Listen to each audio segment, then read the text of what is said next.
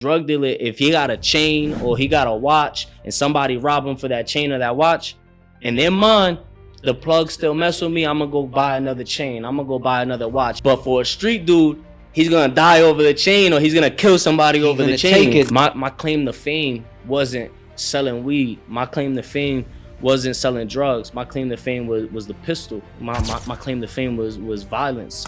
One split decision and now you throw your life away. Now you're not gonna see the summer. Now you're not gonna see the holidays. I decided to join the gang. So the first time I got arrested, I was 15 years old and I got arrested for armed robbery. Of course my child is important to me. This is priority. This is the most important thing. And he's like, if your child is the most important thing to you on earth, why are you in prison? My oldest daughter, I hadn't seen her in 14 months because I spoke to her all the time over the phone, but I didn't want her to come inside the facility. This time, it was a full contact visit. I'm able to hold her, touch her, so on and so forth. As I'm sitting there with your book and I'm taking notes, because that's how I proactively read. I went to tell my wife that if I would have had this book when I first touched down, this would have been a game changer for me.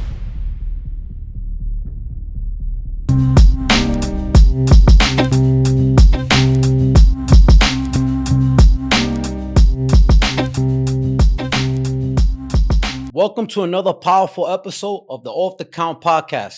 I'm your host, Jason Abreu, founder of Made Up North, a movement built on freedom, redemption, and second chances.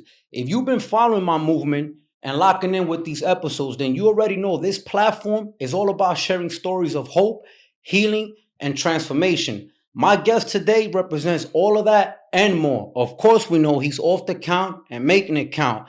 Actually, it's my first time even meeting him, so this sit down for me is very special because it just goes to show that when you align and you start living a life of purpose, God is always going to connect you with the right people and the people that, obviously appreciate the work that you're doing. So without further ado, I want to introduce my guest today, Chris from Growth and Development. My brother, Thank you. I appreciate you for having me today. Thank you, man, for swinging by, man. You came from deep, man. I appreciate it, man. Yeah, absolutely. It's a blessing. And like I've said before, you've probably seen that I've posted a video of me purchasing and supporting the book that you recently released. And when I did that, it's in hope to have this connection, to be able to sit down and talk with you, because I want to feed off the energy that you're putting out into the world. That energy is inspiring, it's encouraging, because there's days that are challenging. Absolutely. And some days you might have it all figured out, and other days you feel like, I don't know what I'm doing. You're right. And I feel the same way, Chris. And I know we spoke actually, when we were coordinating the date and time for our sit down, and you did mention that. And I have to say that, and that's something I did want to point out, because here we are, our first meetup. I never met you, and something about me, something about you, we gravitated towards each other, and we made that connection. And then, you were kind of hearing my story. Then you opened up a little bit about your story, and it turns out, we both two brothers that fell into the trap of recidivism. Yeah, for sure. But today we overcame that, and we're living proof that we are off the count and making it count. And I just want to say this to everyone listening out there, especially my returning citizens, the youth, anyone in general. Anything you're trying to do, I don't care if you want to do music, you want to be a personal trainer, you want to do a new business. The point that I'm trying to make is don't get caught up into who's supporting you, who's riding with you. Because again, I've never met this brother until now. And he did go, not only did he purchase my book, which to me, the support means everything. He took the time out to actually go ahead and do a dedicated video, promoting my book and actually thanking me for the project that I deliver. So truly, my brother, I appreciate that, man. Absolutely. I want to share something, because this morning I was actually sitting down with your book, and my wife was preparing a meal for me for breakfast. I appreciate her. That's my backbone. That's my rib. You know what I mean? That's my helpmate. Same here, man. So she's the other half of Growth and Development podcast. And as I'm sitting there with your book and I'm taking notes, because that's how I proactively read. If I'm just reading, I won't retain it as much as if I'm writing down. So when I see the end of the chapters in your book and it actually has questions and it actually has somewhat of a program to give people to apply to their lives, I think that that's really beneficial. But one thing that I wanted to share with you is, as I was sitting there, I'm like, I went to tell my wife that if I would have had this book when I first touched down, this would have been a game changer for me. It would have helped a lot. But then I thought about this.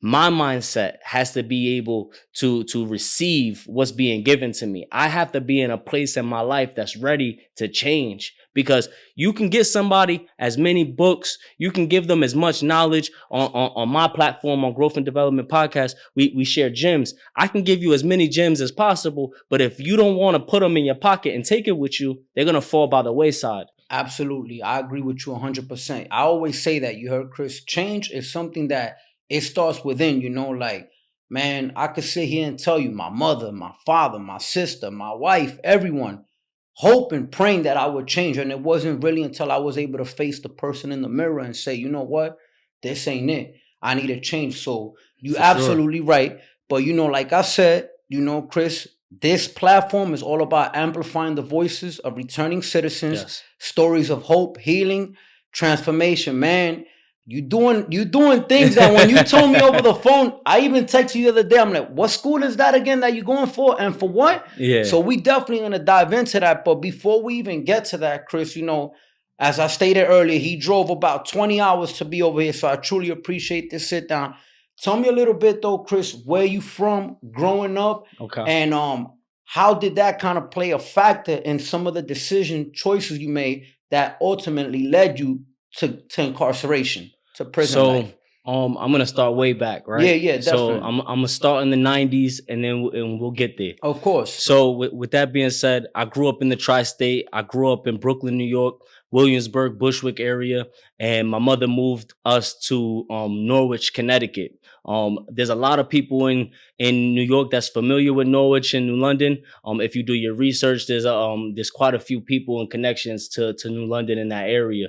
I don't want to say any names and name drop because that's not what I'm here for. Of course. But if you do your research, you'll see a lot of connection between that I-95 down to Connecticut. So my mother moved us out there when I was young for a better chance of living. Better upbringing and whatnot, right? Absolutely, because the violence was less at the time, give or take. At least that's what the impression was. And you get more for your money. You're able to actually afford rent. There was jobs and things of that nature.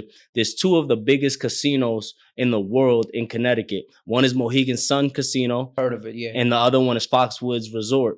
So both of these places draw a lot of families there, especially Blacks and Spanish, because they need work. So with that being said, what doesn't work is going to a small town in a smaller state with a New York City mentality. Of course. Because you moving a lot faster than everybody else around you. Yeah. Now you stick out. Yeah, you're used to the fast pace out here. Yeah. Absolutely. So how that happened for me is when I was young, I was a kid. I was about 10 years old when we moved to Connecticut. But our baby showers and birthdays and our family was still here in New York City. So we would come to Brooklyn every time that there was an event. So now we're going back and forth. When I got about 15 years old, I started to make my own money.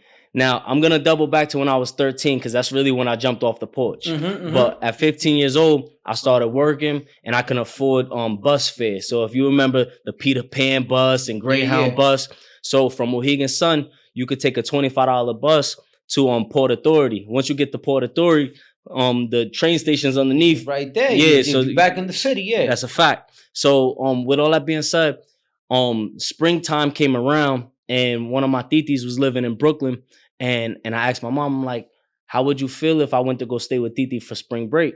So she said, call her. So I called her and she let me come. So when I came to Brooklyn, the first time I came to Brooklyn, now keep this in your mental, my first time without my mother, right? So now I'm Dolly. I'm 15 years old. I'm probably like 140 pounds soaking wet. I'm skinty. Yeah. So I got a whole luggage with me, two weeks worth of clothes. So a 15-year-old, how old is your son? He's 15. He's as a matter 15. of fact. So imagine 15 years old going from a whole nother state and traveling back and forth on a bus fare and then on the metro by himself with a luggage. So I get to Brooklyn and I didn't know where I was going. I ended up in East New York. I had to go to Williamsburg. My phone died. So I ended up going into, I think it was either a CVS or Dwayne Reed to use their phone. I called my cousin and I'm like, listen, I don't recognize the area. Yeah, like she's like, where you at? So I asked the person working behind the register, and when I tell my cousin, she's like, you in East New York? How'd you get all the way over there? Like it's wild deep from where we at. But long story short, these are things that played on my psyche. And the reason why I say that it played on my psyche because it's a lot of exposure. It's not like the children today that they're in their rooms and they're playing video games and they're on social media, they're on TikTok, Snapchat, and all this stuff. That's good.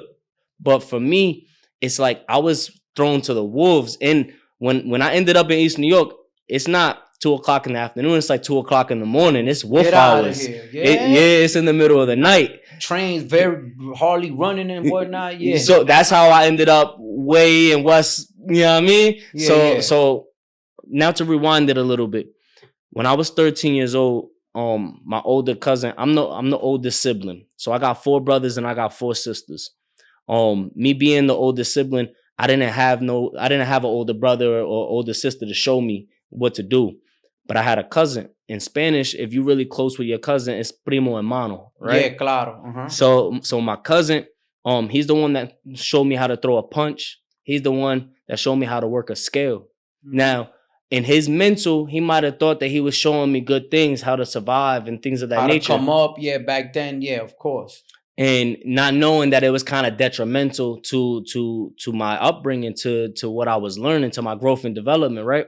So, when I took what he was teaching me, I started selling weed. So I was known as like the bud man. But this is back when there wasn't no dispensaries. We wasn't recreationally legal. So weed was like dope back then. Yeah, of course. You getting heavy charges for that. Yeah, man. Cannabis was it was a drug. Yeah, of course. So I started selling a little bit of weed. Now, mind you, in the middle school that I was going to in Connecticut, they was already smoking and drinking and having sex and doing all this stuff. Now I always was, I don't want to label it like this, but I was always a bad kid. I was always getting into trouble with the teachers, and I was a class clown. I liked the attention.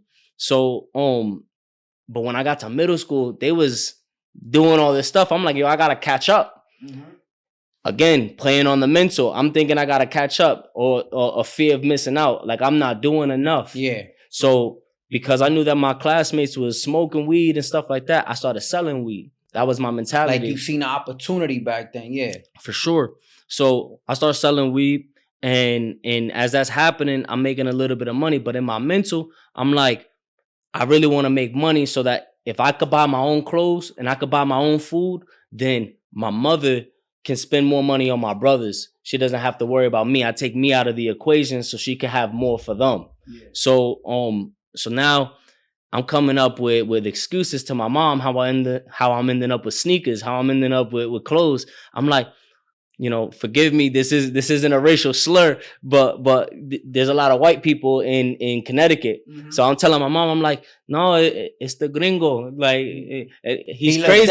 He just gave me some brand new sneakers out the box. And there's only a number of times till she's like, nah, something ain't adding up, man. You're doing a little more. She's from around the way, so she know that there's something wrong with this picture. So at 15 years old, I decided to get a job. Now, mind you, like a lot of people, they end up on probation and the probation officer tells you to get a job. So you working so that the probation officer stays off your body. I was trying to stay low from my mom. Of course. That's why I got a job. To keep her from asking questions and stuff. So then that's how I was able to afford my bus fare and move around and so on and so forth. But the Brooklyn influence is different than where you from. You from uptown. Dykeman, yeah. You know what I mean? So you being over there, I always say, and you could tell me if I'm wrong, I always say that there's a difference between a drug dealer mentality and a street guy's mentality, in the sense that A drug dealer, if he got a chain or he got a watch and somebody rob him for that chain or that watch, in their mind, the plug still mess with me, I'm gonna go buy another chain. I'm gonna go buy another watch, and they're gonna give up the chain, and that's gonna be that. Because they're gonna see like my it ain't worth losing my life. But for a street dude, he's gonna die over the chain, or he's gonna kill somebody over the chain. Take it there. He's ready. So because there's too much pride, they're not humble. So for me, growing up in Brooklyn in the early 2000s, there's a lot of stick-up artists. There was a lot of stick-up kids. So there was no like Nicky Bonds and those guys. They came from Queens. Frank Lucas and stuff. They was in Manhattan. We didn't have guys like that in Brooklyn. In Brooklyn, it was violence. Yeah, and that was what was appealing to me. Movies like Scarface. That was really impressionable on my mental. And my uncle, rest in peace to my uncle Damila Gusto. He was like the real life Tony Montana to me, and he was guns blazing. Someone you looked up to, for sure. Yeah. He was a male influence in my life. And then I had uncles that I heard about, like my uncle Lefty, and rest in peace to my uncle Chewy. They did time up north. One of the brothers, they did 12, and the other brother did 10 years. And I would hear stories about them while they was away, that they was like, machismo guys. They was tough guys, running drug dealers off the block when they was 14 years old with baseball bats and stuff like that. So I'm like, man, when I grow up, I want to be like these guys. I want to be tough. It's funny you saying Chewy, and I'm over here like, retracting, you meet so many people up north. I'm like, yo, did I hear, like about him up there too? Because, you always hear about solid brothers up there. I'll show you a picture of him. Yeah. So with all that being said, my claim to fame wasn't selling weed. My claim to fame wasn't selling drugs. My claim to fame was the pistol. My claim to fame was violence. And I was very angry, but I didn't know that I was taking my anger out on the world. I didn't recognize that until much later, but we'll get there. So with that being said, at 15 years old, I was hanging out with some older guys. A matter of fact, before I say that, there's one day specifically that changed my life. And I see that you do a lot of videos of that go viral when somebody gets jumped and a teenager ends up committing a crime, and gang violence, youth violence, yeah. So for me, I wanted to kind of speak to that because sorry, I got something in my eye. No problem, brother. But I wanted to speak to it to try to give you an understanding of why people end up in those positions, because I love what you do. And what you do is you speak to it and you tell these people that 1 second, one split decision, and now you throw your life away. Now you're not going to see the summer. Now you're not going to see the holidays. You're not going to see next year outside here. You're going to be doing transfers and all this, that, and the third. You're going to lose your freedom and your life, essentially. So to speak to the mentality of how somebody makes a decision like that in a split second, I had a friend of mine. It was on a Wednesday. I was still in high school. I was in my sophomore year. And when I was in my sophomore year, I got to the high school that I was going to in Norwich. And when I got there, I seen a big commotion. There was a big crowd. And I didn't know what was happening in the crowd. I couldn't really see because there was too many people in front of me. And when I made my way to the front, it was a friend of mine that he was actually getting jumped. And how I seen it was the crowd opened up for a split second. And when the crowd opened up, he got kicked in his face. So for me, I went to jump in. When I went to jump in, me and the guy started squaring up. When we started squaring up, we had campus security. They break us up, and so on and so forth. This was when you were still 15. I was 15 years old. So now the word is going on in the school that I'm next, that they're going to jump me next. And I'm like, man, I don't want to get kicked in my face. I don't want to get beat up like that. I just seen this dude, and he was a football player. So he was muscular. I'm not as muscular as him. You're like, I got to go get ready now. I'm not going out like that. Yeah. And I don't come from that type of family neither. So I had I had a pocket knife on me. So I ended up bringing the pocket knife with me to school, and campus security ended up getting whiff of that. I ended up getting expelled from high school.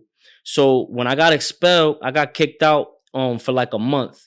While I was away, I always had personal relationships with teachers and principals in my school. We had multiple principals in the school that I went to because each building, when I went to high school, the high school that I went to, it was one of 5 high schools in the country that was built like a college campus. Okay. This was in Connecticut. This is in Connecticut. All right. So I had these personal relationships, and while I was outside of the school being expelled, I had reached out to these teachers so that they can get me the coursework and I could work on the schoolwork and all my studies, even though I wasn't gonna get credit for it. I wasn't getting credit for it. So for a month, I'm doing all the work that they're doing in school, but I'm not getting credit because I don't know if I'm getting back into school. But I got a hearing to get back into school with the Board of Education. Obviously show and prove, do it right, yeah. So and if you think about it, it translates into later on in life. Now I'm before a parole board and so on and so forth. Of course. But I'm not seeing that at 15. So the reason why the day that my friend getting jumped was major was because it triggered the thought of me, now I got to carry a pocket knife. Okay, now all the people that I was friends with prior to that moment, they switched up on me because we was cool and everything was cool. But then they start being, yo, you're not really from here. You from New York. So now these relationships that I thought me and you was best friends. Up, yeah, because now it's like, yo, I really don't know you from the sandbox. Like, actually, I don't even like you like that. I ain't jacking you. So now they talking about that they're going to jump me. There was one individual, he happened to be from Brooklyn too. He was a Haitian cat from Flatbush. And while he was out there, I had called him. He was older than me. He had always looked out for me. And I called him. I'm like, yo, they saying that they're going to jump me. They're coming. And he showed up for me. So when he showed up for me, that meant a lot to me. So after that moment, fast forward, this individual, he happened to be a part of a gang. Now, my family had been a part of a gang. They were a part of the Latin Kings. All right. In the neighborhood that I grew up in like Williamsburg and Bushwick, Latin Kings is real heavy at the time, early 2000s. But this individual, he was Crip. So this stands against everything that my people. It's like a conflict of interest, they saying, well, because this was your man, but then your family is all right. Yeah. So now when this is happening, there was a person that was higher ranked than him, and he ended up going to prison. So when he went to prison, this guy ended up basically being in a position where he could put people down with the gang and so on and so forth. And he asked me if I wanted to be a part of the game. He was going to bless me in. So when this happened, I felt like it was second nature. I'm like, you've been there for me, I'll be here for you. So I decided to join the gang at 15 years old. At 15 years old. Fast forward, I ended up running into my cousin that taught me how to throw a punch that I told you about. His name is Chino. I love you, Chino. I just want to throw that out there. So my cousin Chino, he was at this Chinese spot. So the way that the town is broken up in Norwich, you got east side and you got west side, and then you got downtown, and then there's a couple little neighborhoods like Hamilton and Greenville and so on and so forth. So I was on the west side. I always lived on the east side, but I was on the west side with this dude. And my cousin, he lived on the west side, and he was at the Chinese spot. So when you first join the gang, you want to show the world that you accept it. You want to put in work, like they say. Yeah, and you want to be you want to be a part of a community. You know what I'm saying? And I kind of spoke to that in one of my episodes on my podcast, that it's a sense of identity. You know, that this is my identity, this is who I am. And if you think about it, when you hear somebody talk about gangs, they're like, I'm a Latin king. In their mind, that's royalty. So they want to be considered of something more than what they are. And not saying that they're anything less, but to say that you want to be recognized, you want the notoriety.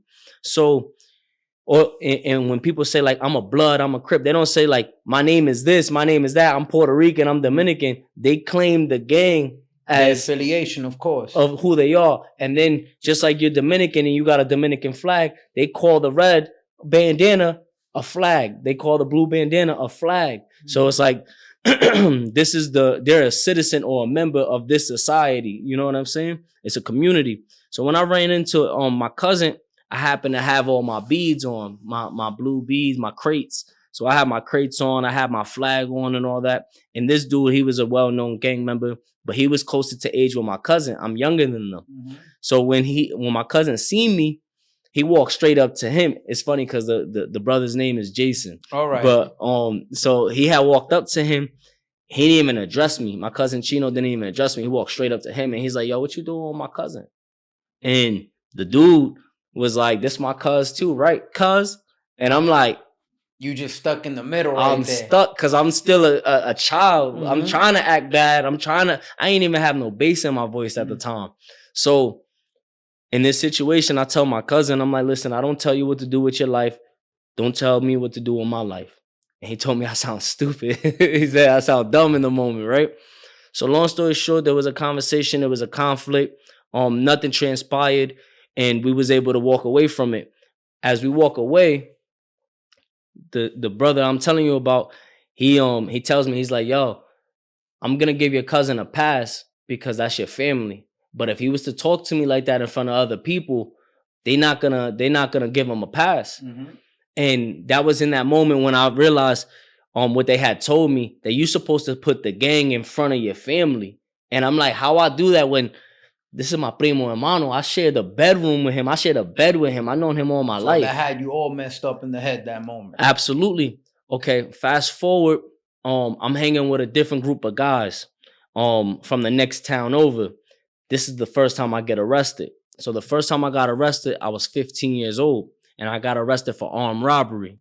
When I got arrested for armed robbery, I was 15. This is all 15 years old. It was a very pivotal time in my life. Yeah. I was gonna say that a lot happened. I see a lot happening when you was 15. Definitely. So I'm out there and I'm carrying, but I wasn't even carrying a real gun. I was carrying a BB gun. So at this time, I'm pump faking. I'm trying to act like I'm down. I'm trying to act like I'm this, that, and the third. And it was a broken BB gun at that, but it looked like a real gun. So I'm 15 and the two guys I was with, they were 17 and 18. I won't say their names, but I was 17 and 18. And long story short, the older dude, I was on the phone jonesing with a female. I was always a ladies' man when I was younger. And I'm talking to the female, and the 18-year-old tells the 17-year-old, he goes into his stash and he tells him to go serve this fiend outside. When he tells him to go serve the fiend, the 17-year-old was like, nah, I'm not gonna do it. He was acting scary. And me trying to prove myself, I'm like, jumped out the window. I'll go take care of it. So I go and I grab it and I go bring it to the fiend. When I go and I hand it to the fiend, I turn around, I'm walking away. I'm still on the phone. I'm walking away and I could feel the dude's presence like on me, like he's following me. So I turn around and the dude is like, yo, this is soft. I want it hard. I didn't even know the language. I didn't know what none of that stuff meant. I was a kid. So when he said that, I'm like, yo, that's between you and him.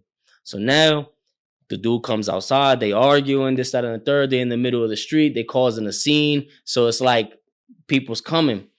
So, well, people are paying attention. So when people are paying attention and stuff like that, I'm like, yo, you know what? I'm gonna back up. Yeah, I'm gonna pump fake with this BB gun. And everything's gonna get settled because that's what I'm used to at this time. I'm used to, you see this and you're gonna get scared, and they're gonna get scared. I showed the fiend. I said, yo, it's my stuff. Get off the block.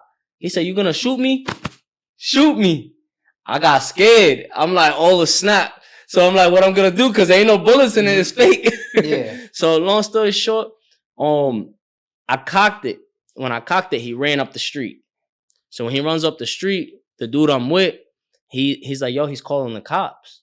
And I'm like, it didn't register to me because I'm like, what part of the game is this where someone who's committing crimes can also call the police and report a crime? I didn't know that part of the game. They didn't teach me that part.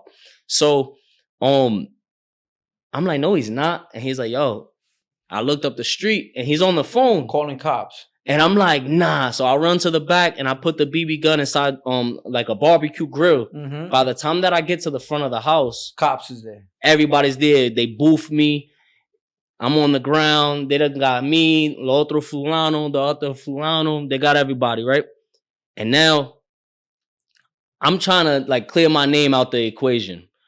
So this is to show the people at home what I'm sharing right now. This is to tell you guys that you think that you're in control in the moment and you try to give the narrative and you try to finesse and you try to spin it and so on and so forth, but it's completely out of your hands. And when things are going bad and the snowball is already rolling downhill, it's only gonna get worse. So no matter catch up to you regardless, right? So no matter how much you try to clean it up in that moment, there's no right way to do wrong. So with that being said, I start telling the police officer, I'm like, listen, I was in the back, I came to the front, I don't know what's going on. Your man's tackled me, and he's like, you know what? You talking the most, get in the car. So they take me, they handcuff me, and they slam the door. That was my first time ever in the back of a cop car. And they weren't chairs like this. It was that hard plastic. So when he threw me in the car, I slid to the other side. And first thing that went through my mind, I was like, I didn't know it was like this. 15, going through that. 15 years old. And my hands was behind my back. And there's the plexiglass. Cuffed. You were cuffed and everything. I was cuffed and everything. So now, keep this in mind. You don't really know what it's like to be captive until you're captured. In that moment, yeah. And then you don't know if you are claustrophobic or not. You don't know if you have an anxiety attack, panic attack. You don't know what's going to register. You start hyperventilating. So in that moment, I'm just telling myself to breathe, trying to remind myself to breathe, because I can't get out of this situation. My hands are cuffed behind my back. I'm inside this locked vehicle. There's no door handle. You're not getting out of the backseat of that. I'm glad you sharing this, so, a reminder for the returning citizens, what we went through, to definitely, obviously avoid that at all costs, and the youth, because, you hear speaking on 15 already, having your run-ins with gangs, being gang affiliated, and nowadays it's like the ages just keeps dropping. Yeah. Just over the weekend, I seen a 15-year-old was killed in Brooklyn, 14-year-old wounded.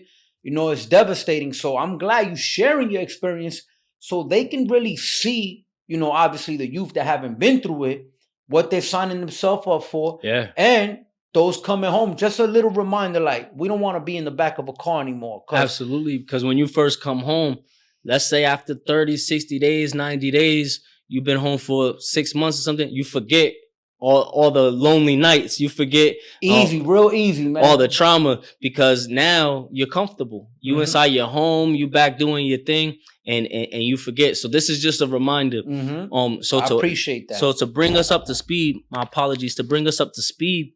Long story short, the officer comes and he tells me he wants my side of the story. I'm like, listen, my side of the story, I was behind the house, and I repeat, I come to the front, your man's tackled me. I don't know what's happening. He said, listen, your man's is back there telling us everything. I said, what? Nah. And he said, yeah. He takes me out the car and he points back there. And he said, first we get in his statement, and it was the fiend writing something down or talking to them, doing something at a distance, like 3-4 cop cars behind me. And he was like, next we're going to get their statement. They said that you was the one with the gun. You was the one that pump fake. You was the one that... And the way he laid it out was exactly how it played out. So and I'm like, he's at that point, you're like, he's not bluffing. They really in there dropping dime on me. And in my mind, I'm like, how does he know this stuff? He knows it. He wasn't here. So obviously somebody's telling him what happened. So I ended up getting arrested. When I get arrested, because I'm a minor, I go down to the precinct. When I go to the precinct, they got to put me in my own separate holding cell because I'm a minor. So as I'm sitting there, I try to be stubborn at first. I didn't want to sit on the bench that's inside the holding cell. I didn't want to take nothing to drink. I didn't want to eat nothing, all that stuff. I'm in there for like 4 hours. It was the longest time of my life at the time. I was 15 years old. Man, that time drags in there. For 4 hours. So I'm sitting there, and finally they come and they get me, and it's my aunt, my mother's sister, that comes and gets me. And because I'm a youth, in that moment, they allowed me to get a YO? I didn't use my YO yet. That was to come when I went to court, because I'm just getting processed and going through the system. But a promise to appear, PTA, a promise to appear. So I didn't have to pay a bond or nothing. It was a promise to appear. So then you came out, and then after this transpired, like, I know you're saying the snowball effect.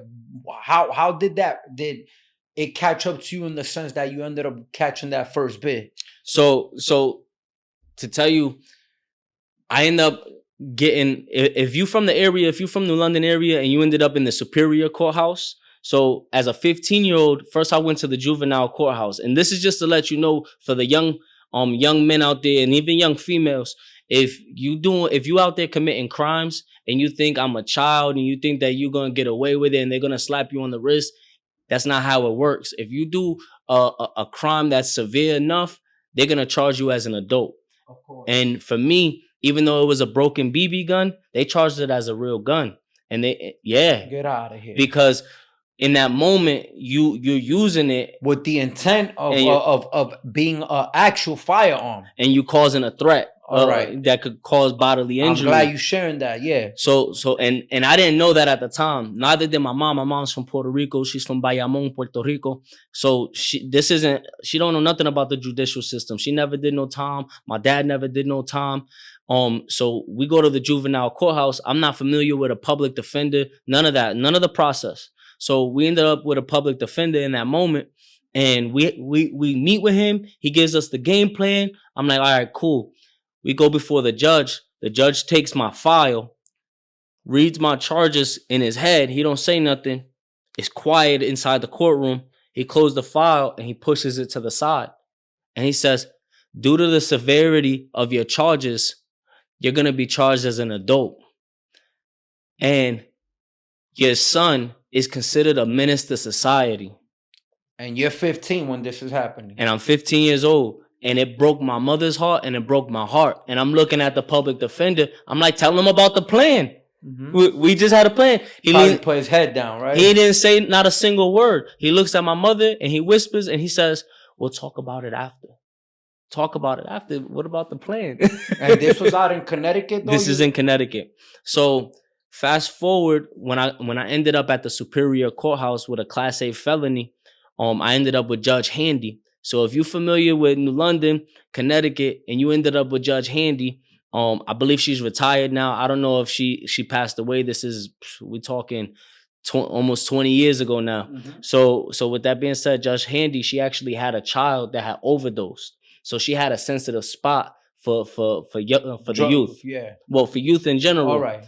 So me being a child coming into her Superior Courthouse, like she was a little lenient with me. Right, that's when the YO came into play and all this and third and stuff. Yeah. Absolutely, but keep in mind, because I'm a minor, they had to empty out the courtroom. I'm in an adult court. I'm in Superior Courthouse. They had to when my case. I'm looking at all these murderers. I'm looking at all these people. And they have you in that same courtroom. In the same courtroom. So then they would have to clear the courtroom in order to do the proceeding for my case. With all that being said, I'm going and I'm fighting this case for about 11 months, 12 months. And I'm looking at the max. I'm looking at, I think it was like 20 years or something like that with the robbery in the first degree, threatening in the second degree, and like larceny in the sixth degree. So at the max. But, as a kid, you don't know that you're not going to get the max unless you go to trial and you blow trial. This is a scare tactic that the state uses to get you to cop out. But I didn't know that at the time. I'm like, man, 20 years. My brother's 10 years old. My younger brother, I'm like, I get home, he'd be 30 years old. These are the things I'm already calculating at your son's age. I'm calculating this time that I could be doing in prison.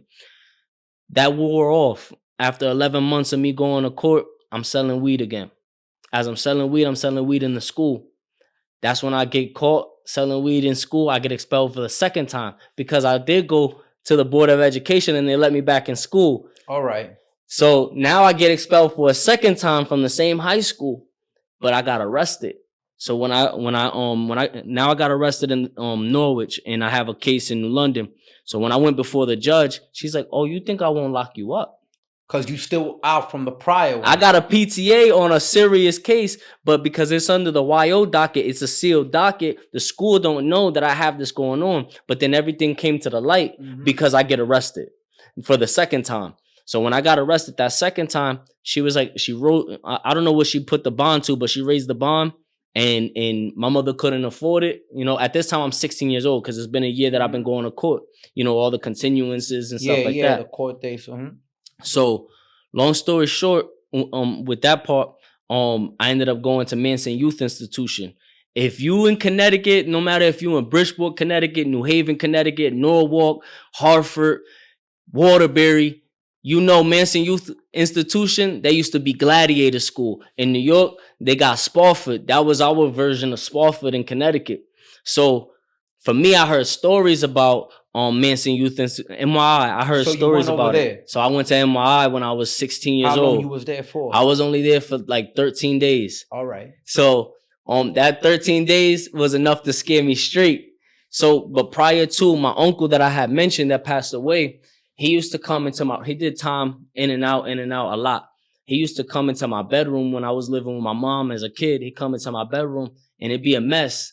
And I told you I used to look up to him. He was a tough guy. Mm-hmm. He'd come in, he'd be like, mira, tu eres un clase puerco, clean up your room. Mm-hmm. He's like, yo, if you was my celly, da da da da. And I'd be like, and you know, I'm on the verge of tears. I'm angry in the moment. He walk out and I try to act tough, but I clean up my room. Mm-hmm. You know what I mean? But that was his approach. That was his strategy to get me to learn responsibility. So he used to tell me, he'd be like, yo, you out there acting bad. You out there doing this and that. You're going to end up in jail.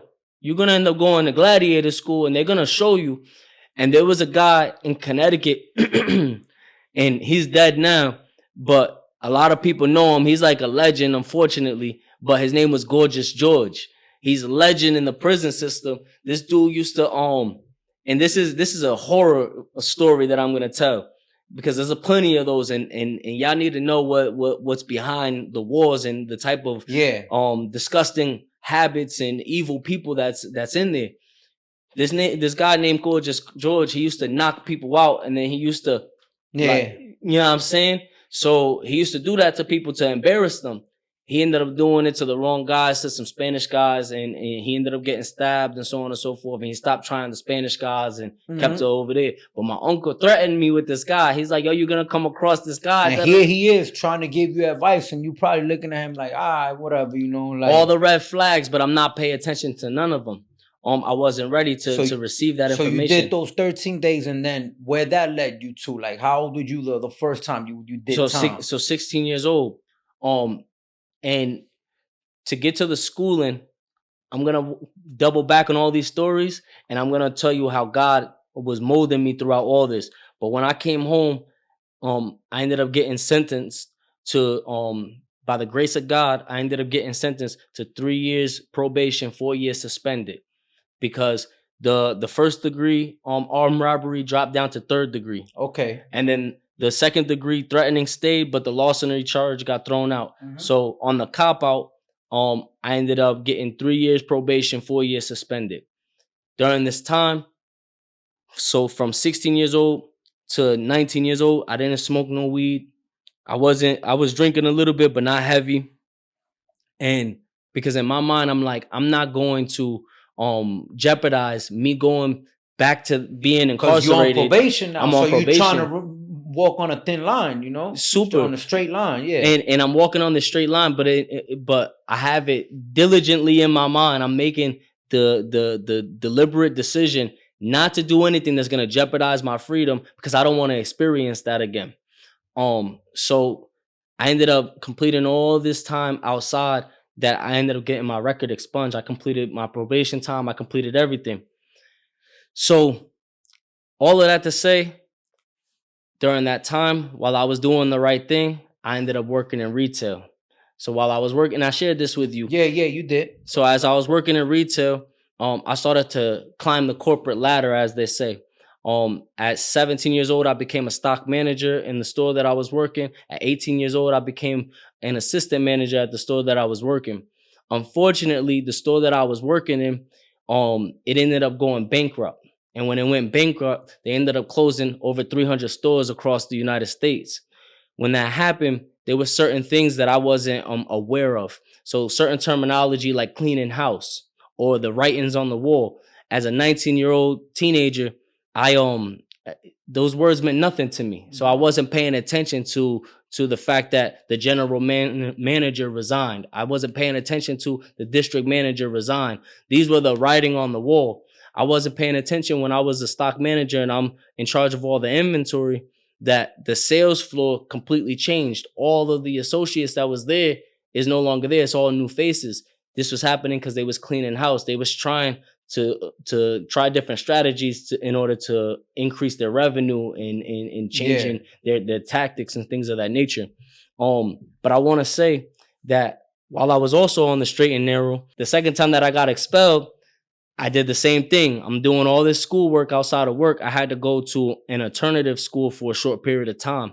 While I was going to the alternative school, I was also doing the main high school. I was doing their coursework as well, even though I wasn't getting credit. All right. I come before the Board of Education for the second time, and they granted me the opportunity to get back into high school, the main high school. So now, my junior year, something clicked to me. The school that I was going to was a private school. It was a private school if you lived outside of the district. Mm-hmm. It was only free for me because my mother decided to move from Brooklyn to this town in Connecticut. All right. This particular school, it was a $10,000 a year tuition to go to school. Outsiders, right? Yeah, if you live outside of the district. Mm-hmm. So you're talking about a $40,000 education that I'm getting for free, and I'm throwing away because I'm doing all of this foolish decisions. Yeah, making foolish decisions, trying to be down, trying to prove myself to others, trying to be accepted by others.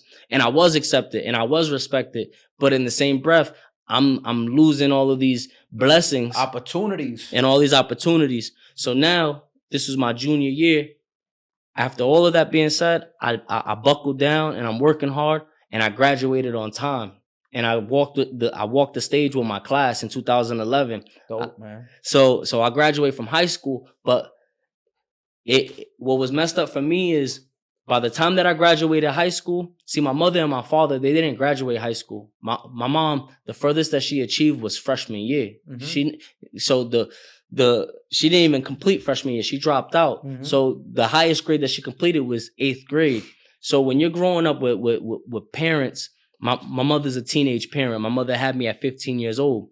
And when you're growing up with teenage parents, you're growing up with them, you know? So she's a child having a child. She's a baby having a baby. Yeah, definitely. So for me, graduating high school was a big deal because I'm like, I reached what my parents couldn't. But by the time that I graduated high school, a high school education didn't mean as much. Yeah. You needed a college degree. So that kind of felt deflating for me. Mm-hmm. When the company that I was working for, when it went bankrupt and I got swept under the rug, that was deflating for me as well. So that was like the beginning of the spiral. So that was like a trigger right there, turning point that drew you back to the streets. And that's when I dove in. So for all those years after that experience from my youth, and going to MY and everything like that, life had changed, and I had made a lot of positive decisions, and I made the effort to not be hanging in the streets, not be hanging in my neighborhood, not be drinking and smoking and so on and so forth. But when all of this good that I was doing didn't pan out, it didn't work out for me, in my mind, I had this mentality of I call it like a loser mentality, mm-hmm. where it's like, I try to do good, it didn't work out. I do bad, it doesn't work out. I might as well do bad. Mm-hmm. So I just started doing bad, and I started doing like worse. That stinking thinking. Yeah, I like that. Yeah, for sure. So like justification, I've been there too. I'm like, damn, I'm doing this. Back in the days, that used to be my way of trying to cope and make it seem like what I was doing, I guess it wasn't that bad. You feel me? Because I'm like, I'm doing this, it don't work out. I guess I could do this, so I get exactly where you're coming from. So then you going through this stage in your life, you kind of, relapse. Yeah. So now I'm angry, but what I found out later on in life is that anger is a secondary emotion. Mm-hmm. So at the root of it is more shame, embarrassment, because I feel ashamed that I was climbing this corporate ladder and I was doing well, and now I'm nothing. Now my title as far as assistant manager, it's all been stripped from me. Mm-hmm. So who am I? My identity had been wrapped up in the career path that I was on, because in my mind, the 1 year, 3 year, 5 year plan that I had in my mind was to become a general manager, and then to eventually become a district manager and be overseeing several stores in the district. But that didn't pan out. God had a different plan for my life. All right. So now I'm angry with the world. I'm not praying. I'm not leaning on God. I'm feeling hopeless. And I started to take out my anger on the world. Fast forward, I'm 22 years old, and while I'm going through this, someone allegedly gets shot. So when someone allegedly gets shot, the police officers, the detectives, and so on and so forth, it was a shooting at 3:00 in the afternoon. The person who allegedly got shot wasn't at the scene by the time that they arrived, and nor was I at the scene by the time that they arrived. Um, they never found me at the scene. They never found no gun on me. And in my mind, I'm thinking, they say it's a myth, and I want to debunk this myth today on your platform, that they say that possession is 9/10 of the law. That's not true. If there's an eyewitness that says that you did it, that's credible. And they don't have to have the firearm in your possession. They don't have to have the firearm, period. If there's an eyewitness testimony that says you did it, you did it.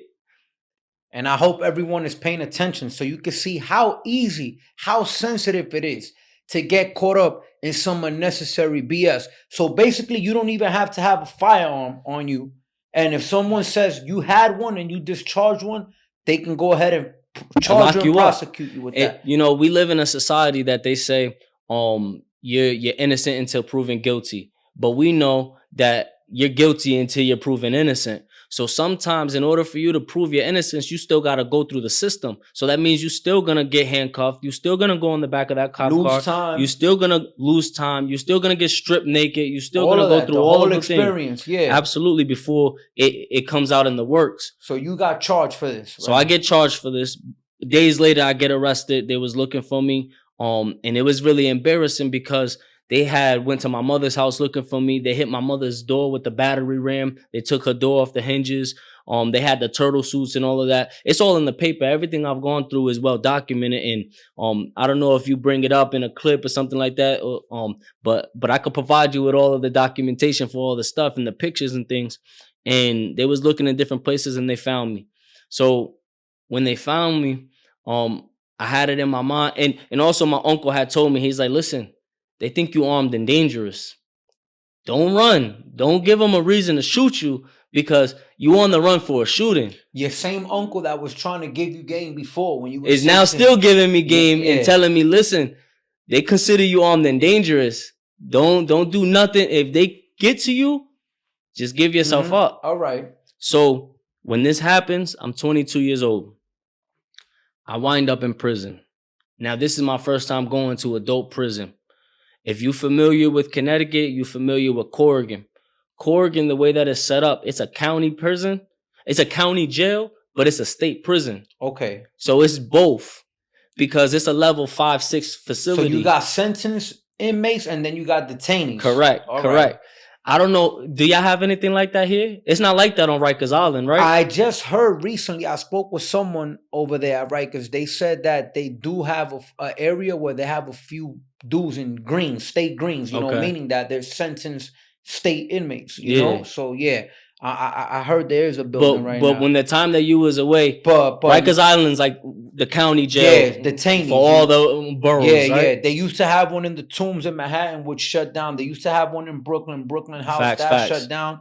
The Bronx also shut down, so they only have Rikers now. They're building one in the Bronx now. It's all a business, And when you get sentenced from the island, then you go up north. Then you go, yeah. Facts. Few weeks after that, you either go to Ulster or downstate. So for me, it was February 22nd of 2016. You went up. And how much time you went up to do on this one? So I want to say first because I fought my case. Now, a lot of people don't know what it's like. You went to trial, though? So I pump fake to go to trial. But so you went all the way to pre-trial? Correct. All right. So, and that's what it worked for me. I'm not telling you that it's going to work for you because it was a gamble and it could have backfire. Yeah, sometimes they end up giving you more time. At this time, I was looking at 26 years. So I want to talk about the 3 times the 2 times that I denied their offer, the state's offer, and then me finally taking the 3rd offer. So while I was away, I fought my case for 11 months, but I'm fighting it from inside jail. When you're inside the prison system, you don't have a voice. So me not having a voice, I'm trying to call people on the outside and I'm trying to get money together to pay for this lawyer. I'm trying to get money together to potentially pay for my bond. I had a $350,000 bond, and this person doesn't talk to that person. That person's not doing what they say that they're gonna do. Headaches, yeah, that's what comes with that prison. So I ended up trying to get this, the same lawyer that I ended up getting when I was 15 years old. My grandmother actually had put up her truck and had got me a lawyer. His name was Peter Catania. He's retired now as well. So Peter Catania, I had contacted him in 2016 for the shooting case. When I was, while I was away, after everything, I couldn't afford him. He wanted like $7,000 for the case, and I couldn't afford him. With that being said, I just start praying to God, and I'm like, God, I'm trying to do it my way. I'm trying to figure it out, and it's not working. I'm going to leave it in your hands. Whatever you want to do, have your way with my life. I ended up getting a public defender. When I got the public defender, there was a conflict of interest because he used to defend the victim in the case. Okay. So now they gotta get a special defender, a public defender, but they ended up getting a private lawyer that works on pro bono. So every lawyer has pro bono hours that they have to complete. Of course, as part of their practice, definitely. Mm-hmm. So I ended up getting the same lawyer that I was trying to get for $7,000. I ended up getting that same lawyer for pro bono. God is always working. So when that happens, my first offer, if I recall correctly, was 4 years with 8 years special parole. Are you familiar with special parole? I mean, over here it's probably the same thing. We call it post supervision. Okay. You know, like basically the front number is the time you do when you're going away, and then the back number is the time you're going to be on supervised, you know. Facts. So in Connecticut, they got probation, they got parole, and they got special parole. Special parole is more intense, but the time doesn't stop running. So like here, it's the same thing. They have category 1, category 2, just different language, all the same system. Facts. All the same BS and nonsense that we try to have everyone avoid out there. Correct. You know? So when they tell me 4 years or 8 years special, that's essentially 12 years that I will be on papers and in the system. And I'm like, I'm not trying to give y'all 12 years of my life. Y'all didn't. First and foremost, y'all didn't catch me with a gun, so on and so forth, blah, blah, blah. Long story short, I denied the offer. The second offer, when that came around, the victim advocate couldn't get in contact with the victim. They offered me 5 years flat. But me doing my research in the library and looking up the statutes and things of that nature, 5 years is the max you can get on your first gun case. All right. So I'm like, I'm not taking 5 years. This is my first gun case. Y'all going to give me the max. It's crazy. So I denied that one. Fast forward, one day my cell door pops. And when my cell door opens, it's early in the morning, right after breakfast. It's about like 5 o'clock in the morning, 5:30 in the morning. And the CO is like, you got court. And I'm like, I don't got court. You know, sometimes you end up taking a court trip and they made a mistake. And you look at it as a field trip. Yeah, you get out the cell. But you go through, the bullpen therapy and all that stuff. With that being said, when I show up to the court, my lawyer's there. And I'm like, so my mom wasn't there, my brother wasn't there, my female wasn't there, nobody was there. Because we didn't know that I had court. He said, listen, I got an offer for you for today and today only. You got to take it today. Or you got to go to trial. And the offer was 2 years in a day with 2 years special parole. So you took it. So I take it. I'm thinking it's a 50% bid because it's a nonviolent offense. So I'm only going to do 50% of my time with the PSI. By the time that we come back, I'll be getting parole and I'll be out of here. It's my first time. I'm going to be out of here. I go before the parole board. When I go before the parole board, I find out that there's a big difference between having a gun and shooting a gun. When you shoot a gun, it's a very serious crime. It's a very serious offense. So they denied me parole, even though it was my first bid. And even though I wasn't convicted of a shooting because it was the nature of the crime, they denied me. I ended up going to the halfway house. Now, what I want to say, and I know that I've been long-winded, and I want to get us to present day. So I'll start with the journey of my faith in God. And yeah, definitely. I wanted to get into that. Like I know you came out. Was it like the first time or the second time that you reoffended? So I've always had a relationship with God. What I tell people is that I've always knew who my Heavenly Father was. I always knew who my Father was. Now, I ended up getting afraid of God and his authority over man. in his authority and his judgment to cast somebody into hell and out of his presence forever. When I looked at my friends and I looked at my peers, they didn't seem to have this fear of what would happen. They looked like they was having fun, and I wanted to have fun. So I started living like the world, and things only got worse. Obviously, as you could tell from my story, things were getting worse and worse all the time. Everything that I was trying to do wasn't working out. So eventually I started looking around at those around me, and I'm like, I'm a little bit more fortunate than you. I'm a little bit more blessed than you. I don't have to be living like this. So because I had moved to Connecticut, some people that's in Brooklyn in the neighborhoods that I was running around in, they don't have a way out. They don't have an aunt and uncle in Connecticut that they can. Yeah, of course. They don't have the experience of the suburbs. So me just being able to have that fortunate background, I should have been taking advantage of it, and I should have been focused. So when I found myself in this situation, crying out to God in this cell while I'm fighting that case, I asked God for a few things. And when I fell down on my knees in full prostrate, fell down with my head down and everything, and I'm crying to God in my cell, my cellie had went to wreck, and I had stood in the cell so that I could have this private time to myself for a moment. And I'm praying to God, and I say, God, I will humble myself. I didn't have no calluses on my hands at the time. I didn't never put dirt underneath my nails. I worked in retail. I was a pretty boy Floyd kind of guy. I said, God, if you open up a door of opportunity and teach me how to work with my hands, I'll humble myself and I'll work any job that you give me. Because once upon a time, I was very arrogant and I wouldn't take any job. I thought fast food jobs and stuff like that was beneath me. So another thing that I prayed in that moment was I had prayed for a woman that had a heart to serve God. But me knowing myself and knowing how I had the lust of the eye, I needed a woman that would be pleasing to my flesh. There's somebody that I would be attracted to, that somebody that was beautiful.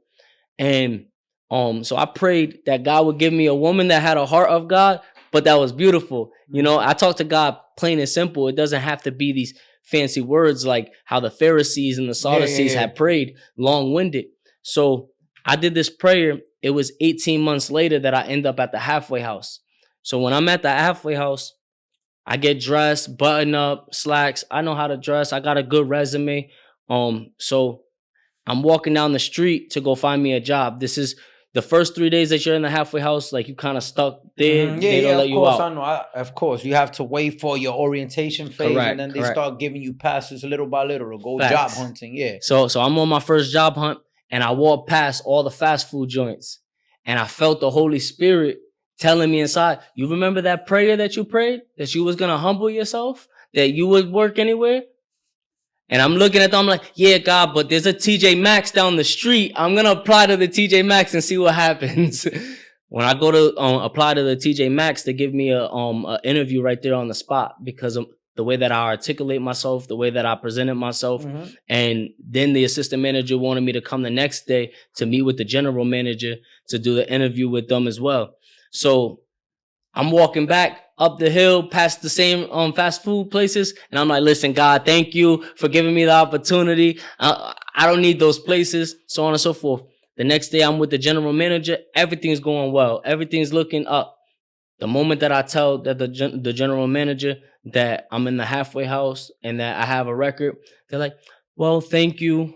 We'll call you back. Yeah. We'll give you a call. And we all know what that means. Yeah. So now I'm walking back to the halfway house with my head down, my tail tucked between my legs, and I'm feeling hurt. And I looked over at the fast food places, and I'm like, and the Holy Spirit tells me again, you said that you was going to humble yourself. So I go and I walk inside the McDonald's. When I get inside the McDonald's, they give me an on-the-spot interview for an assistant manager position. So God was kind of working with you. He said, I'm going to work with you. I'm going to work with you. I'm going to give you a little bit of a title. Of course. So I ended up working at the McDonald's. Now I was the first person in this halfway house to have a managerial position while in the halfway house. So I'm there for a little while. Long story short, I get out of the halfway house. I do well. And it's 6 months that I'm home. But in the 6 months that I'm home, I had something lingering. And the difference that I tell people, the difference between being a drug dealer, if when you're a drug dealer and you decide to stop selling drugs, that's great. It's wonderful. There's no real consequences that really follow because now you're living a new life, God willing, that there's nothing behind you that's going to creep up. But when you're out there committing violence and you have a victim in your cases, gunplay, all of that, all of that stuff lingers. When you're robbing people, that stuff lingers. It follows you. For those who don't know, basically, my brother Chrissy, that's what he's saying. All of that it just follows you and it catches up to you eventually. So you got people that they haven't changed their life. So for me, I felt like I still needed to protect myself. So I'm out there, even though I had just went through this experience and I beat this case, I started carrying another gun because I felt like I needed to protect myself. And long story short, I ended up recidivizing and I ended up going back to prison. Now this time, my woman that I'm with, she was pregnant. I met my second daughter, my youngest daughter, I met her behind the glass. I wasn't even able to touch her. She was on the other side of the glass. So, but this bid, I'm like, I'm going to make it count. The very first words that I said to my wife, I said, maybe because I was going to church in that 6-month period, even though I was still What they gave you the second bid then? 3 years flat. All right. So my I told my wife, I said, maybe God's putting me in here because he needs me to talk to somebody that somebody else isn't able to reach them and I need to reach them. So while I was away, I'm like, I don't want me to come home and feel like the time was wasted. So I took advantage of everything that I possibly could. I took advantage of a Pell Grant and I started taking classes at the community college. So they would have professors from the community college come inside the facility and I was able to add to my college credits.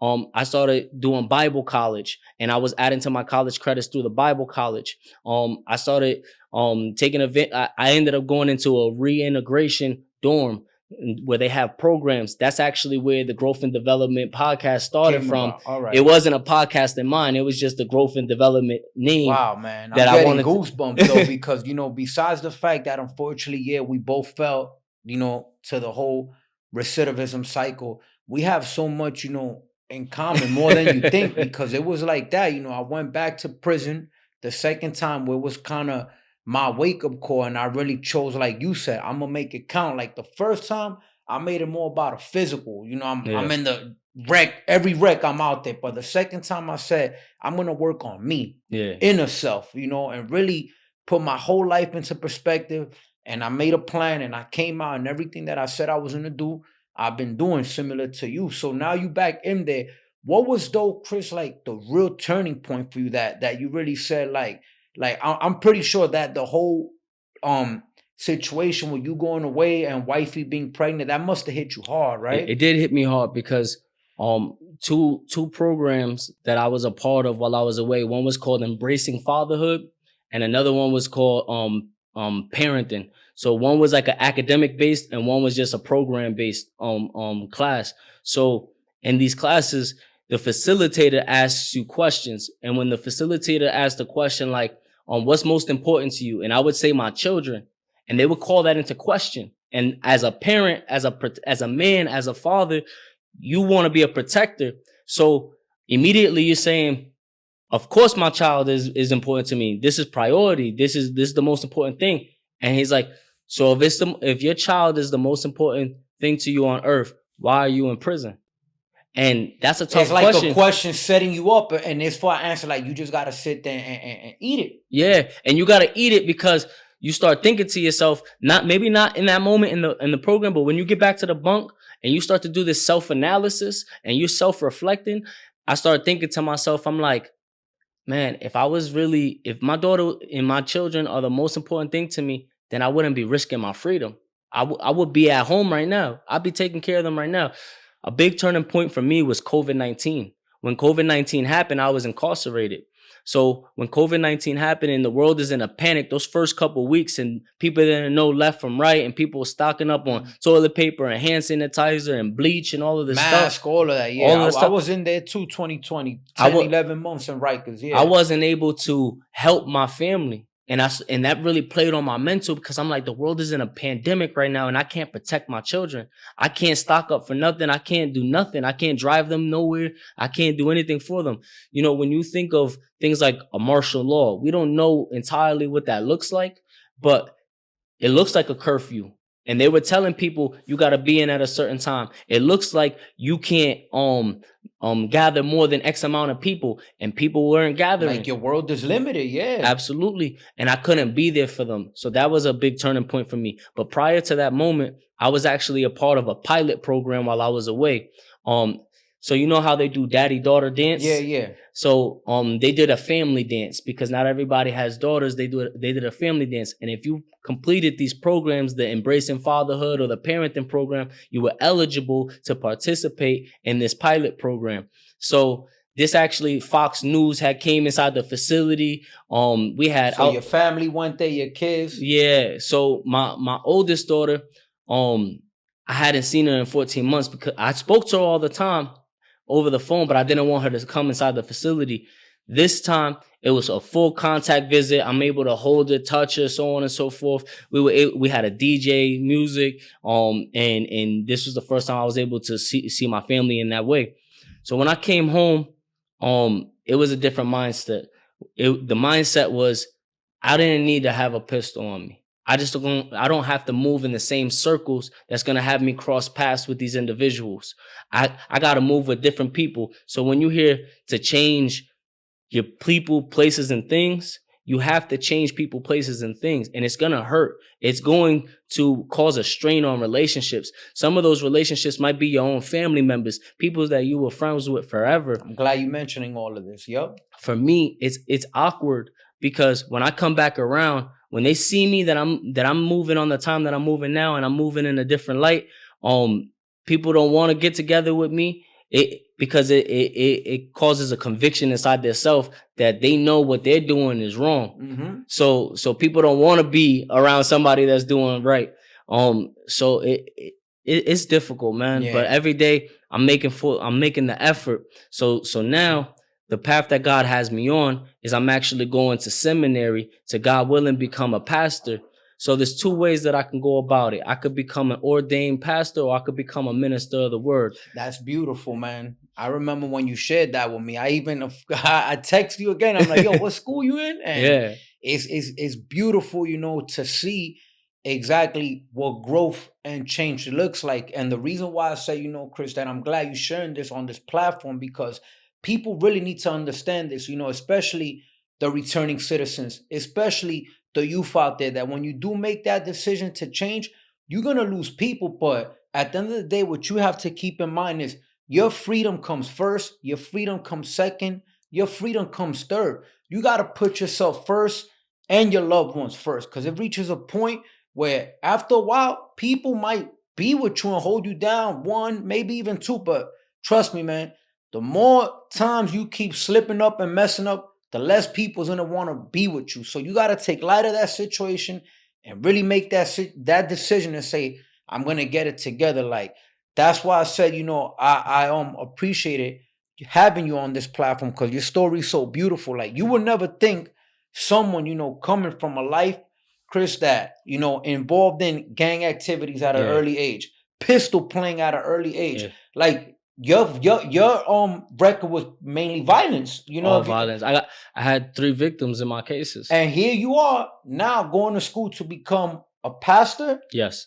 Or God willing, or a minister of the word. So with that being said, I know you mentioned that earlier you broke down to God. I also did the same thing, like similar situation. I asked him during my second incarceration, please get me home before my son's birthday. And he did it. So I lived to serve him. And I always say, when it comes to a higher power, I mention it in my book, you don't necessarily, like, nobody has seen God, but you need to understand that there's some existence higher than you, that is definitely there watching you every step. So what role did faith play in your whole development? You heard, Chris, from you to become from Chris back then to Chris who you are now, So one thing that I would say as we're getting ready to wrap this up, I just want to make clear that it may seem like a little bit of rambling, because there's a lot of life in between what I'm saying.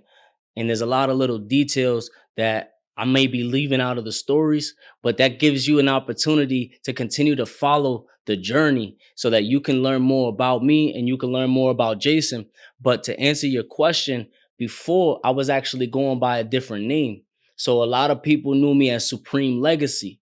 The concept behind Supreme Legacy was I wanted to leave a Supreme Legacy. Growing up here in New York, you see the murals.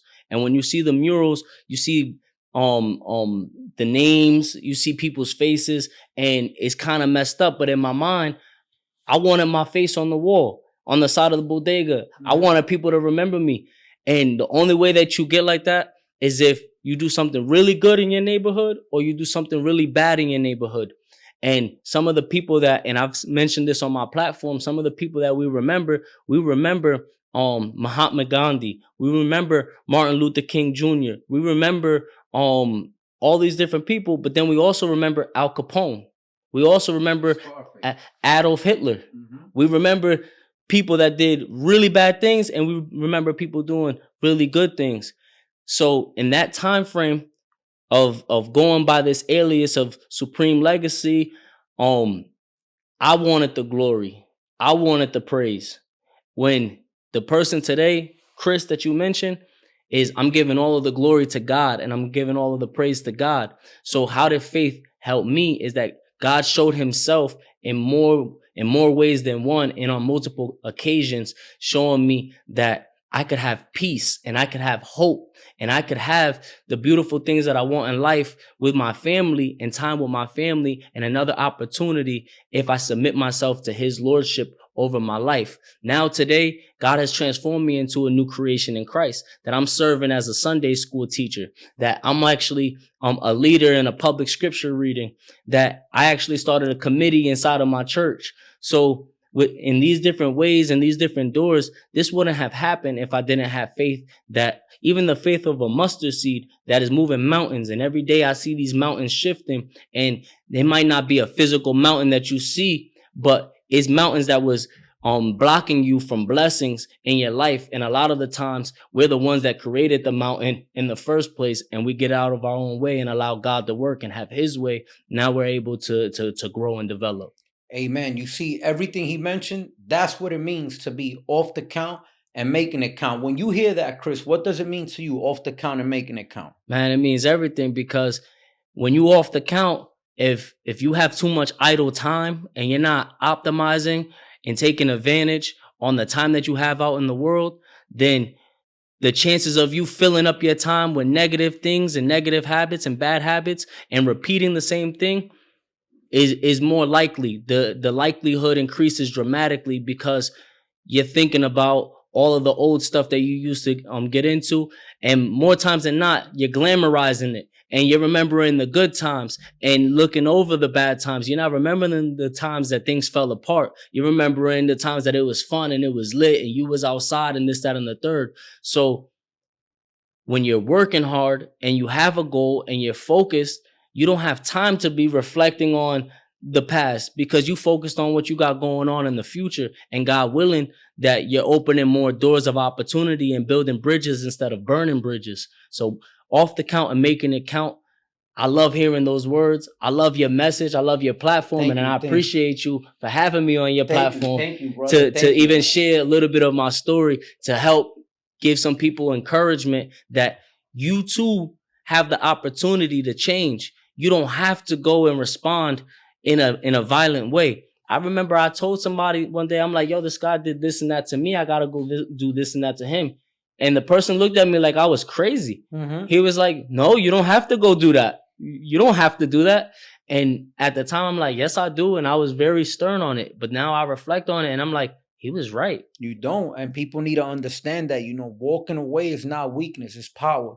It goes to show that you reached a level that protecting your future, your family means the most. And before we, wrap up, Chris, I just want to ask you two more questions. Like, if you could just look real quick there in the camera, like briefly, what were some of your biggest challenges coming home from prison, and to any returning citizen out there that might have just got released, might be in a halfway house, how we were, and they might be looking at a world feeling hopeless, feeling like it's over.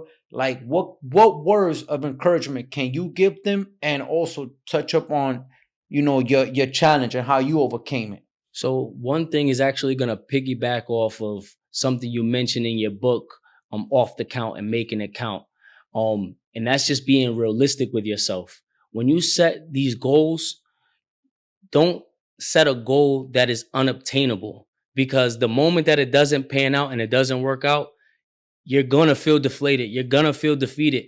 But when you're prepared to take that loss, because the reality is that we experience more failures than we experience success. Of course. One of my favorite books is a book called Sometimes You Win, Sometimes You Learn. And in the book, it says the difference between somebody who's successful and someone who's not successful is how they manage their failures. If you manage your failures with emotions and you allow the sadness and the anger and the embarrassment to get to you, then you're never going to prosper. You're never going to proceed. You're never going to follow through and reach the goals that you have in mind.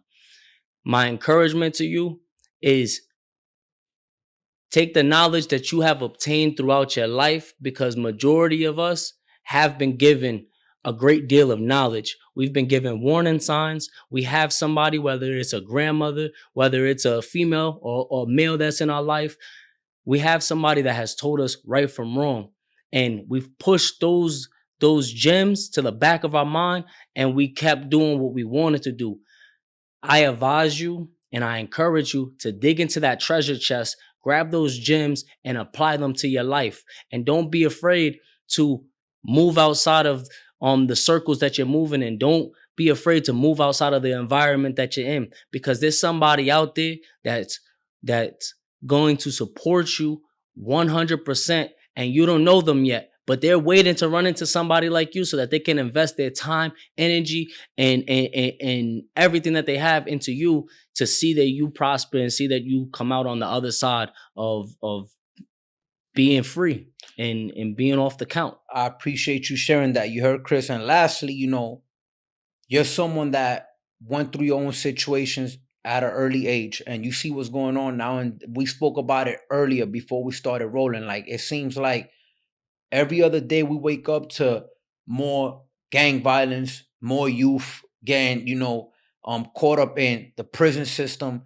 So my goal through this platform is actually, of course, the fight against recidivism, helping brothers and sisters avoid that same trap that we fell into, and also trying to reach the youth before the system reaches them. So as someone who lived it at an early age, and now you're a testament to resilience and overcoming adversity and pure transformation, what can you tell to the youth out there, Chris? What's your best advice that you will give them, today in day and age? The best thing that I could tell you is recognize when you're creating your whole image around the gang. Recognize when you're creating your whole image based on somebody else's acceptance of you. Recognize that you're creating your whole image based on something that doesn't matter. You cannot, and I repeat this, cannot buy anything in life off of street credit. Go and get an education. Go and gain more knowledge. The only way that you're going to be able to get the house that you want, the freedom that you want, the peace of mind that you want, because that's what we really want. We don't want to go to prison. We don't want to really even cause harm to nobody. We don't want, when somebody's selling drugs, they don't want to cause harm to anybody. They really just want the benefit of having nice things. Of course. And what I tell people is, you want the BMW, you want the Audi, you want the Infinity, whatever it is that you think that you want. It's not the drug dealer that's moving the financial needle for these companies. It's the men and women that have careers. These men and women aren't buying one BMW at a time. These men and women are buying a package deal, one for their wife, one for themselves. They buy, and then their kids grow up and they have the same car salesman for years to come. And they're buying it for their children, for graduations and so on and so forth. So what you're doing in your neighborhood and you think that you're really doing something, is really very minuscule in the grand scheme of life. So don't get wrapped up in the short term. Look at the midterm, look at the long term, because by the time that you look at it and you're not getting credit by your friends because they still think that you're not really like that you're not about that life, or the girls think that you're not really getting to a bag, they think you're not really running it up, the person that's going to give you the credit is the judge. And the judge is going to sentence you to however much time that comes with all the credit that you was looking for. Him or her is going to give you all the credit that you want. And that's not the real credit that you really want. Exactly. I agree, and before we sign off, Chris, so Growth and Development, your podcast, let the listeners, the viewers out there know where they could find you at, so they could stay in tune with the podcast and everything else you got in the works, with your whole movement and mission as well.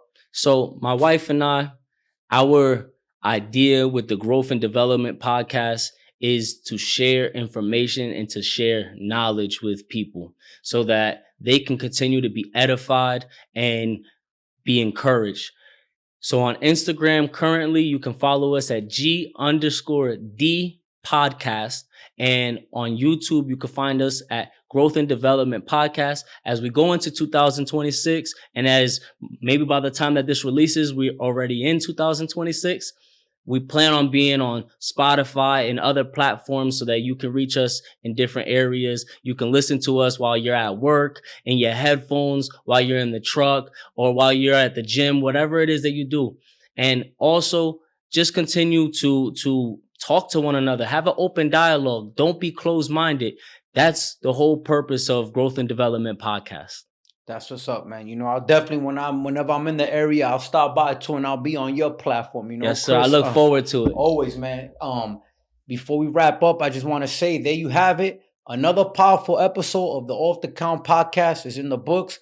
Truly appreciate my guest coming through 20 hours away. Someone who's been supporting me since day one, and is like, everything's been full alignment. If you haven't already done so, make sure you go ahead and pick up a copy of my book, Made Up North, Off the Count, a blueprint for successful reentry and overcoming recidivism. If you just came home, or you have someone who's currently incarcerated, or you're just trying to transform your life, I'm telling you, that's probably the best gift that you can give yourself and give someone else. As for me, you can follow me on all social platforms at Made Up North NYC and Off the Count Podcast. And remember, freedom is not just about being out. It's about what you do in it. Each and every day, we off the count and making it count. Chris, brother, appreciate you, man. Yes, sir. Thank you. Thank you, man.